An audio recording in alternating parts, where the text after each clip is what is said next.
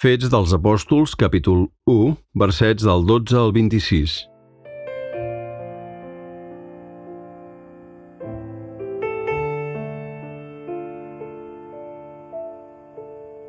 Llavors els apòstols se'n tornaren a Jerusalem des del Mont Olivet, separat de Jerusalem la distància que es pot caminar en dissabte.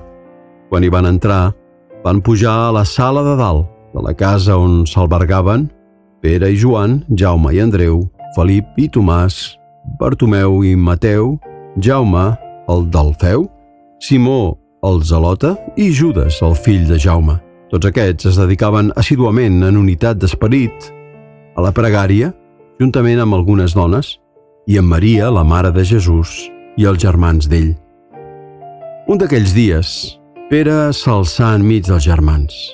Els reunits en aquell indret feien un grup d'uns 120, i digué: «Germans, calia que s'acomplís l'escriptura que l'Esperit Sant havia anunciat per endavant per boca de David referent a Judes, el qui es va fer guia dels qui arrestaren Jesús.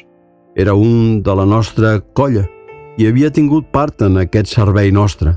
Ell, doncs, es va comprar un camp amb el salari del seu crim, va caure de cap, rebentar pel mig i totes les seves entranyes es varen escampar. El fet és conegut de tots els habitants de Jerusalem, de manera que aquell camp s'anomena encara en llengua d'ells Acèldama, és a dir, camp de la sang. Ara bé, trobem escrit al llibre dels Salms que quedi buida la seva residència i que no hi habiti ningú, i encara que un altre n'ocupi el càrrec. Doncs bé, hi ha uns homes que han acompanyat tot el temps que ha viscut entre nosaltres el Senyor Jesús, començant des del baptisme de Joan fins al dia que Déu se'l va endur d'entre nosaltres. Cal, doncs, que un d'aquests homes sigui amb nosaltres testimoni de la resurrecció. En van presentar dos: Josep, l'anomenat Barsabàs, per sobrenom Just, i Maties.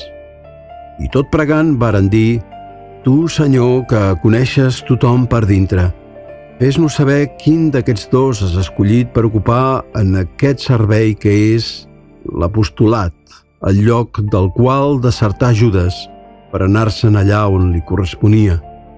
S'ho van fer a la sort, i la sort va recaure en Maties, que fou associat des d'aleshores al grup dels 11 apòstols.